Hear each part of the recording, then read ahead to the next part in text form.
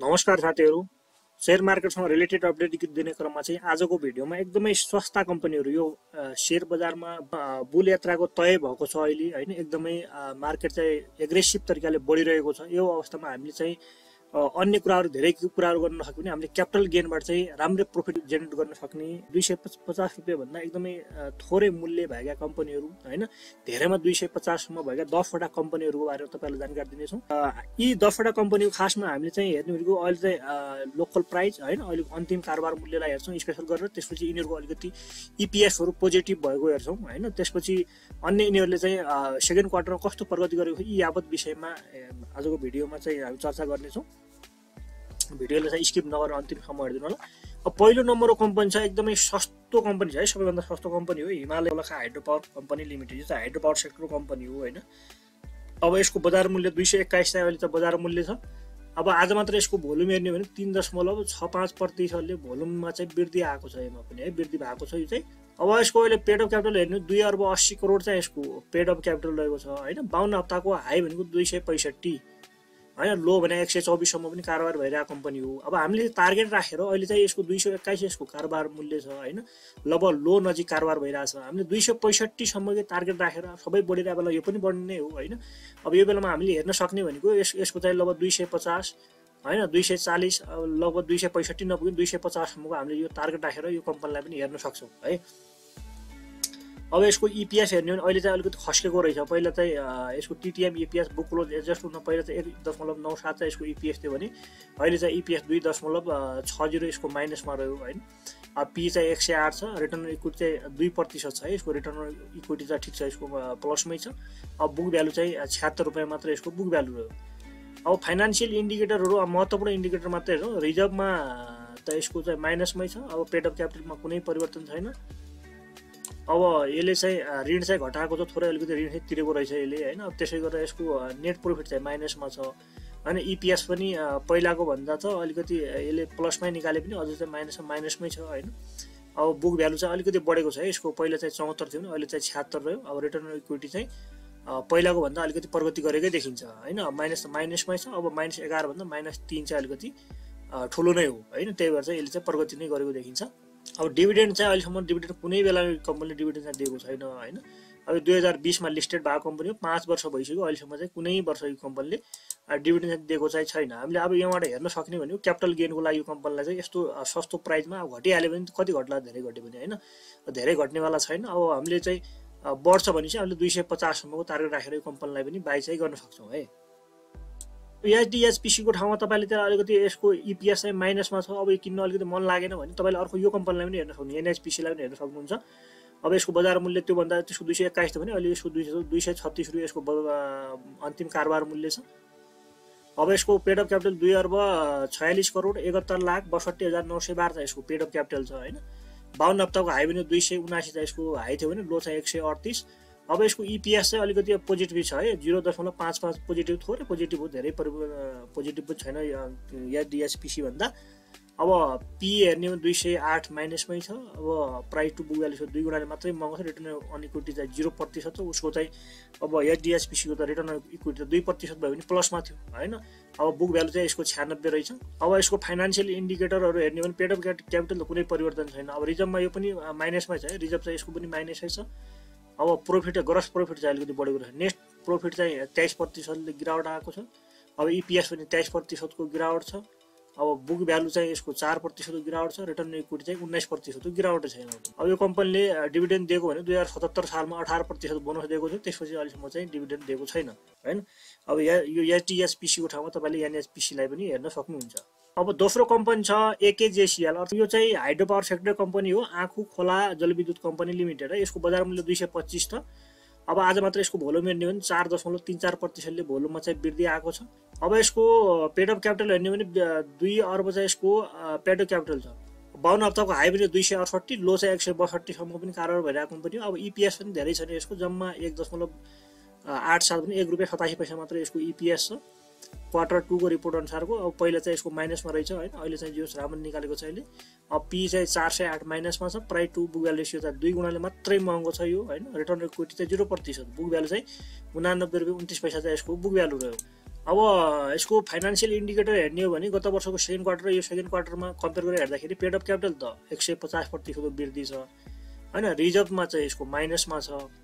अब ऋण पनि यसले घटाएको छ, ऋण पनि यसको ठिकै छ है, ऋण पनि यसले चाहिँ 39% घटाएको छ, बोरोइङ घटाएको छ। अब त्यसै गरेर नेट प्रफिट चाहिँ यसको बढेको छ, 22.5% चाहिँ बढाएको छ। अब इपिएस हेर्ने भने इपिएस चाहिँ 51% घटाएको छ, एकदमै धेरै घटेको छ यसको इपिएस। पहिला 3.81 थियो भने अहिले चाहिँ 1.87 कायम भएको छ। अब बुक भ्यालु चाहिँ यसले 25% बढाएको छ। रिटर्न अन इक्विटी हेर्ने भने यसको 61% यो पनि घटाएको छ है। अब कुनै इन्डिकेटर बढेका छन् भने कुनै इन्डिकेटर यसका घटेका छन्। अब जो समग्रमा लगभग यतिको प्रगति गर्नु भने ठिकै हो है। अब डिभिडेन्ड चाहिँ यो कम्पनीले अहिलेसम्म कुनै बेलामा चाहिँ डिभिडेन्ड दिएको छैन। अब 2018 मा लिस्टेड भएको कम्पनी हो, अहिलेसम्म यो कम्पनीले डिभिडेन्ड दिन चाहिँ दिएको छैन है। अब त्यसै गरेर अर्को कम्पनी छ एकदमै सस्तो कम्पनी भने कुमारी ब्याङ्क लिमिटेड। अब चाहिँ कमर्सियल ब्याङ्क सेक्टरको कम्पनी हो। अब यसको बजार मूल्य 220 रुपियाँ यसको बजार मूल्य छ। अब आज मात्रै यसको भोल्युम हेर्नु 0.23% भोल्युममा चाहिँ वृद्धि भएको छ हैन। अब 26 अर्ब प्लस चाहिँ यसको अहिलेको चाहिँ यो पेड अफ क्यापिटल चाहिँ 26 अर्ब 22,58,63,400 चाहिँ यसको पेड अफ क्यापिटल छ। 52 हप्ताको हाई भने 259 सम्म मात्रै पुगेको थियो यो कम्पनी हैन। लो चाहिँ 130 सम्म पनि कारोबार भइरहेको थियो यो बेलामा चाहिँ। अब यसको इपिएस हेर्ने भने इपिएस पनि धेरै छैन, यसको जम्मा 2 रुपियाँ 10 पैसा मात्रै यसले रिटर्न दिइरहेछ हैन। एक किता शेयर बाबत चाहिँ यसले चाहिँ 2 रुपियाँ 10 पैसा मात्रै कमाइरहेछ। अब पी चाहिँ 33 छ यसको। Price to book value ratio हेर्ने भने 1.64 गुणा मात्रै महँगो छ। अब रिटर्न इक्विटी चाहिँ 4% छ यसको। बुक भ्यालु हेर्ने भने 133 रुपियाँ चाहिँ यसको बुक भ्यालु छ हैन। अब हामीले टार्गेट राखेर हेर्दाखेरि अब यसको 52 हप्ता अर्थात् 1 वर्षको हाई र लोको हेर्नु भने अब यो बेलामा चाहिँ बढ्ने सिजन पनि हो हैन। अब थर्ड क्वार्टर रिपोर्ट निस्किएपछि त लगभग धेरै कम्पनीको चाहिँ बढ्छ हैन। अब हामीले 259 सम्म पुगेको थियो भने यसको 220 अहिले मार्केट प्राइस छ भने हामीले 10-15 रुपियाँ राखेर लगभग 35-40 सम्म हैन 40-50 सम्म टार्गेट राखेर यो कम्पनीलाई पनि बढ्दो बजारमा चाहिँ बाइ गर्न चाहिँ सक्छौँ है। अब फाइनान्सियल इन्डिकेटरहरू हेर्ने हो भने अरू हामीले यसको खराब खर्च हेर्नुपर्ने हैन। अब त्यसपछि नेट प्रफिट चाहिँ 68% माइनस छ यसमा हैन। अब नेट इन्ट्रेस्ट इन्कम 5% गिरावट छ। डिस्ट्रिब्युटेबल प्रफिट जो लगानीकर्तालाई यसले बाँड्न पर्ने हो हैन, बाँड्न पर्ने प्रफिट चाहिँ यसको माइनसमा छ।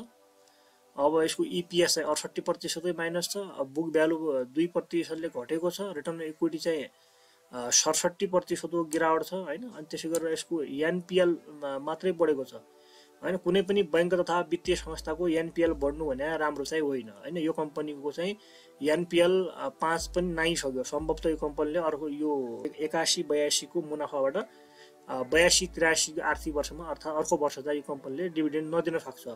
किनकि अब 5 कट्यो भने हैन। अब यिनीहरूको चाहिँ बैंकहरूको चाहिँ नियामक निकाय भनेको नेपाल राष्ट्र बैंक हो हैन। अब नेपाल राष्ट्र बैंकले यो कम्पनीलाई चाहिँ डिभिडेन्डमा चाहिँ कडाई गर्न सक्छ। अब यसको एनपिएल 40% बढेको छ हैन। यो खराब खर्च हो यो एनपिएल भनेको। अब कस्ट अफ फन्ड चाहिँ घटाएको छ घट्न त। अब यसको सिएआर हेर्ने हो भने 2% घटाएको छ यो कम्पनीले। अब डिभिडेन्ड हेर्ने हो भने डिभिडेन्ड त यसले चाहिँ 78 सम्म त डिभिडेन्ड दिँदै आएको कम्पनी हो हैन। 79 मा पनि दिएन यसले, 80 मा पनि दिएन हैन। अब सम्भवतः यही एनपिएल कायम रह्यो भने 81 मा पनि कम्पनीले चाहिँ अब डिभिडेन्ड चाहिँ नदिन सक्छ है। अब हामीले अहिले हेर्ने भनेको स्पेशल्ली भनेको क्यापिटल गेनको लागि यो कम्पनीलाई हेर्न सक्छौँ। किनकि सबैभन्दा सस्तो कम्पनी छ, घट्यो भने पनि धेरै घट्दैन यस्ता कम्पनीहरू हैन। हामीले सानो टार्गेट राखेर यो कम्पनीलाई पनि बाइ गर्न चाहिँ सक्छौँ है।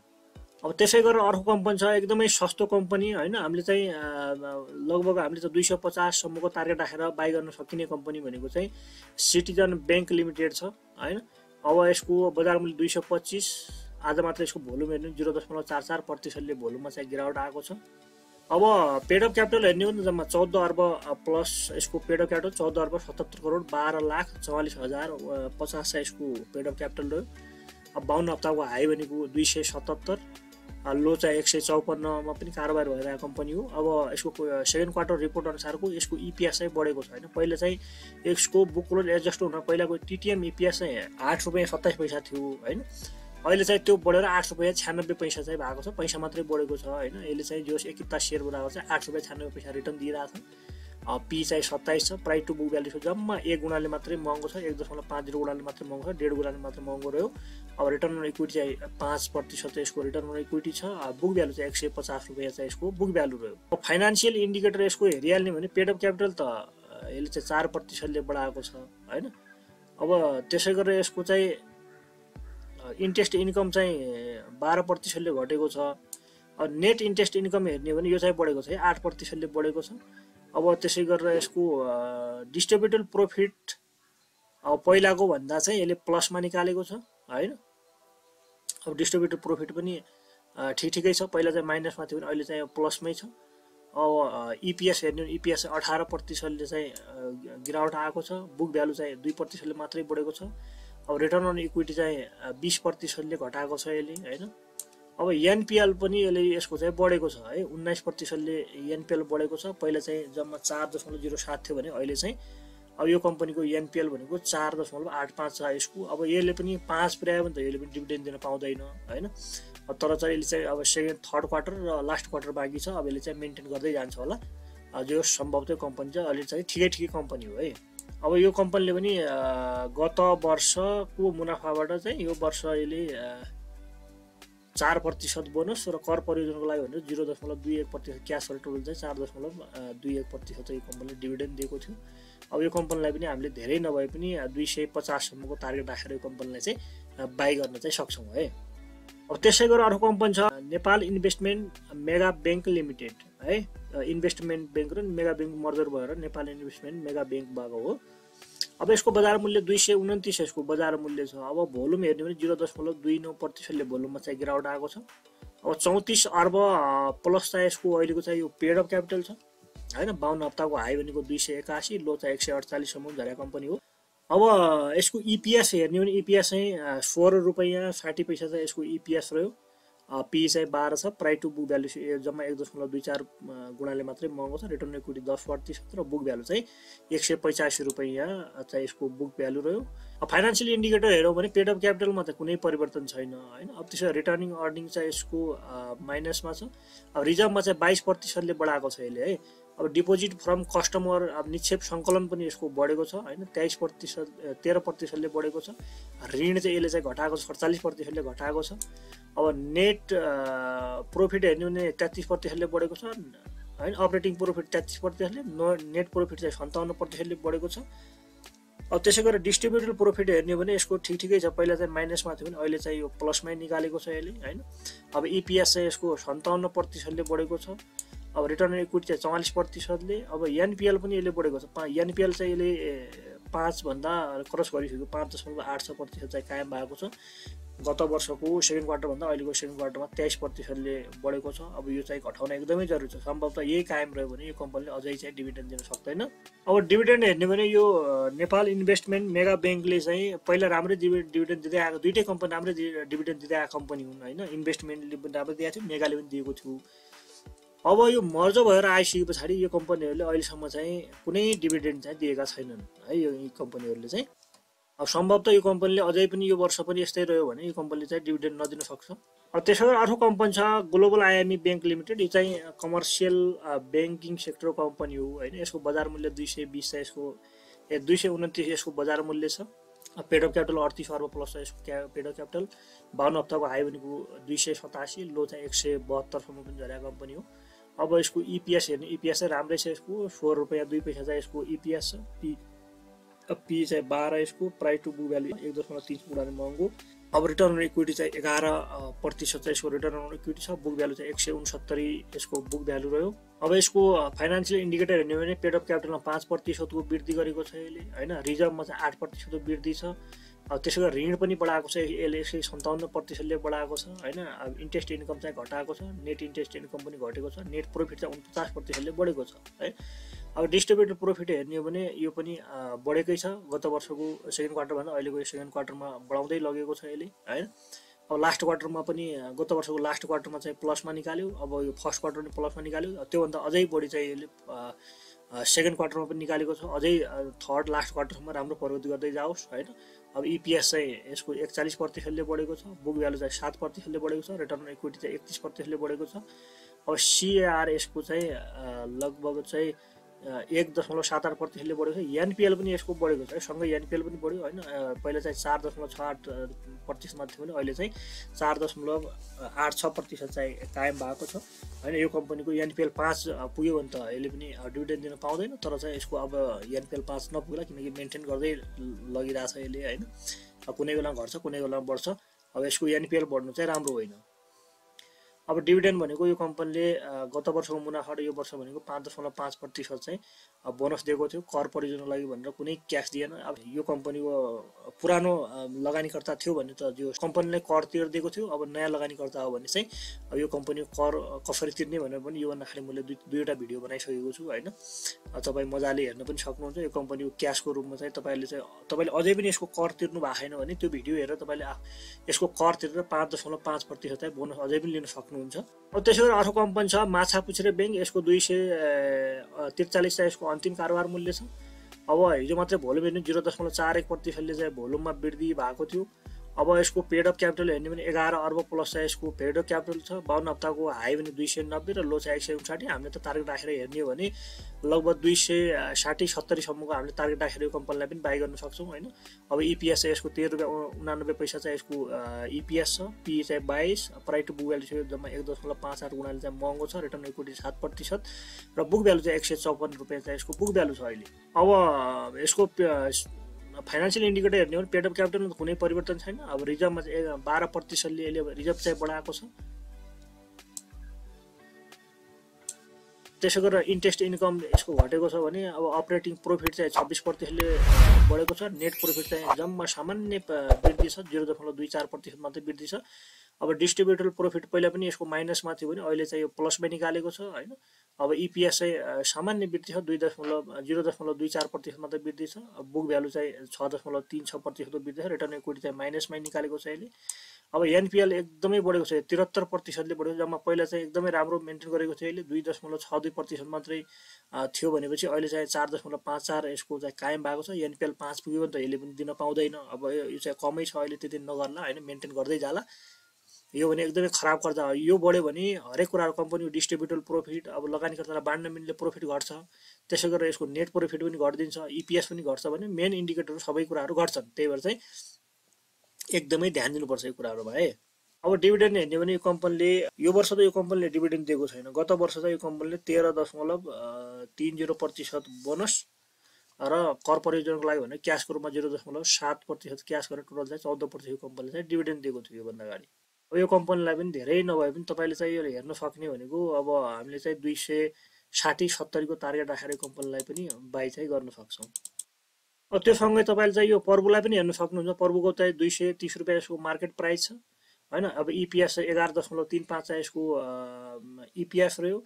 अब बुक भ्यालु चाहिँ 144 रुपियाँ चाहिँ यसको बुक भ्यालु छ। अब डिभिडेन्ड हेर्ने भने अब यो कम्पनीले चाहिँ 78 सम्म चाहिँ डिभिडेन्ड दिएको थियो। अब त्यसपछिका वर्षहरूमा यो कम्पनीले अहिलेसम्म चाहिँ डिभिडेन्ड दिएको चाहिँ छैन होइन। अब यो कम्पनीलाई पनि हामीले एकदमै सर्ट टार्गेट राखेर 230 यसको मार्केट प्राइस छ भने हामीले चाहिँ धेरै नसक्यो भने अब यसको हामीले 250-260 सम्मको यसको टार्गेट राखेर यसलाई पनि हामीले बाई गर्न चाहिँ सक्छौँ है। अब त्यसै गरी अर्को कम्पनी छ लक्ष्मी सनराइज ब्याङ्क लिमिटेड। अब यो पनि कमर्सियल ब्याङ्क सेक्टर अन्तर्गत कम्पनी हो। यसको बजार मूल्य 235। अब 24 अर्ब प्लस यसको पेड अफ क्यापिटल छ। 52 हप्ताको हाई 283, लो 144। यसको इपिएस पनि राम्रै छ, 9.55 यसको इपिएस हो। पी चाहिँ 18, price to book value ratio हेर्नु 1.37 गुणाले मात्रै महँगो छ। रिटर्न इक्विटी 7% र बुक भ्यालु चाहिँ 172 रुपियाँ चाहिँ यसको बुक भ्यालु रह्यो। अब यसको डिभिडेन्ड हेर्ने भने डिभिडेन्ड चाहिँ यसले गत वर्षको मुनाफा र यो वर्ष भनेको 5% बोनस र कर परियोजनाको लागि भने 0.26% क्यास गरेर टोटल चाहिँ 5.26% कम्पनीले चाहिँ डिभिडेन्ड दिएको थियो होइन। अब यसको फाइनेन्सियल इन्डिकेटर हेर्ने हो भने यसको एनपिएल 5 यसको पनि नागिसकेको छ होइन। सम्भवतः यही कायम रह्यो भने यो कम्पनीले अर्को वर्ष पनि डिभिडेन्ड दिन पाउने छैन। यसको एनपिएल एकदमै धेरै बढेको छ। अब इन्ट्रेस्ट इन्कम पनि घटेको छ। नेट प्रोफिट चाहिँ बढेको छ। डिस्ट्रिब्युटेबल प्रोफिट चाहिँ ठिकै छ यसको होइन। इपिएस पनि बढेको छ, बुक भ्यालु पनि बढेको छ। अब तर यसको चाहिँ एनपिएल पनि बढ्यो। त्यो सँगै सबै कुराहरू बढिसकेपछि एनपिएल पनि यसको बढ्यो। यो चाहिँ एकदमै यसले घटाउनु जरुरी छ। पेड अफ क्यापिटल 5% बढेको छ। रिजर्भ पनि 6% यसले बढाएको छ। अब यो कम्पनीलाई पनि हामीले चाहिँ सर्ट टार्गेट राखेर धेरै नभए पनि 250-60 सम्मको 60-70 सम्मको टार्गेट राखेर यो कम्पनीलाई पनि हामीले बाई गर्न चाहिँ सक्छौँ है। त्यसै गरी अर्को कम्पनी छ हिमालय ब्याङ्क लिमिटेड। यसको बजार मूल्य 248, आज मात्र यसको भोल्युम 0.3% भोल्युममा चाहिँ वृद्धि आएको छ। 21 अर्ब प्लस यसको पेड अफ क्यापिटल छ। 52 हप्ताको हाई भनेको 302 सम्म पनि पुगेको थियो। यसको 170 सम्म लो प्राइस थियो। अब इपिएस पनि राम्रै छ यसको, 14 रुपियाँ यसको इपिएस छ भने पी चाहिँ 18, price to book value ratio 1.41 गुणाले मात्रै महँगो छ। Return equity 7%। अब बुक भ्यालु 176 रुपियाँ यसको बुक भ्यालु छ हैन। अब यसको पेड अफ क्यापिटल कुनै परिवर्तन छैन। अब रिजर्भमा चाहिँ 13% यसले बढाएकै छ। अब यसको नेट प्रॉफिट चाहिँ सामान्य वृद्धि छ, 0.98% मात्रै वृद्धि छ। अब डिस्ट्रिब्युटेड प्रॉफिट चाहिँ यसको माइनसमा छ। अब जो चाहिँ लगानीकर्तालाई बाँड्न सक्ने यसको क्षमता छ हैन, जो बाँड्न सक्ने लगानी छ त्यो चाहिँ अहिलेसम्म यसको छैन है। अब लगानीकर्तालाई बाँड्ने पैसा चाहिँ छैन हैन। अब त्यो तिर्नै बाँकी छ, माइनसमै छ भने अब यो कम्पनीले अब दिने डिभिडेन्ड दिन सक्ने कुनै क्षमतै छैन हैन। अब यसको इपिएस हेर्ने, इपिएस सामान्य वृद्धि छ। बुक भ्यालु चाहिँ 8% ले बढेको छ। एनपिएल त 4.98% यसको कायम भएको छ। पहिला चाहिँ 4.95 थियो भने चाहिँ अहिले 95 भन्दा 98 अझै बढेको छ यसको हैन। 0.61% ले वृद्धि गरेको छ। अब सम्भवतः यसको 5 पुग्यो भने यसले पनि डिभिडेन्ड दिन पाउँदैन। अब सेकेन्ड क्वार्टर थर्ड क्वार्टरमा प्रगति गर्दै गयो र यो एनपिएल घट्यो अनि त्यसपछि यसले चाहिँ डिस्ट्रिब्युटेड प्रॉफिट प्लसमा ल्यायो भने लगानीकर्तालाई बाँड्न पाउला, नत्र भने यो कम्पनीले अर्को वर्ष चाहिँ डिभिडेन्ड दिन सक्नेवाला छैन हैन। अब त्यसै गरी यो कम्पनीले 78 सम्म चाहिँ डिभिडेन्ड दिएको थियो हैन। 8% बोनस, 11% क्यास गरेर टोटल 19% दिएको रहेछ। अब त्यसरी 79 मा पनि दिएन र 80 मा पनि यो कम्पनीले चाहिँ डिभिडेन्ड दिएन। अब डिस्ट्रिब्युटेड प्रॉफिटै माइनसमा छ, कहाँबाट दिने हो यसले हैन। एनपिएल पनि बढेको छ। अब यी कम्पनीहरु थिए एकदमै सस्ता कम्पनीहरु। हामीले धेरै नभए पनि 250 260 सम्मको प्रति किता हामीले 30-40 रुपैयाँको प्रॉफिट राखेर चाहिँ हामीले क्यापिटल गेन चाहिँ खान सक्छौं। यी कम्पनीबाट क्यापिटल गेन गर्न सक्छौं हैन। यति नै थियो आजको अपडेट। भिडियो कस्तो लाग्यो, जस्तो लाग्यो त्यस्तै प्रतिक्रिया दिन नबिर्सनु होला। भिडियो मन परेको छ भने एक लाइक अवश्य गरिदिनु होला। तपाईले च्यानललाई अझै पनि सब्स्क्राइब गर्नु भएको छैन भने अब च्यानललाई चाहिँ सब्स्क्राइब राख्नु होला, ताकि आगामी दिनमा आउने यस्तै किसिमको महत्त्वपूर्ण इन्फर्मेसनहरु मिस नहोस् भनेर भिडियो अन्तिमसम्म हेरिदिनु भएकोमा तपाईहरुलाई धेरै धेरै धन्यवाद।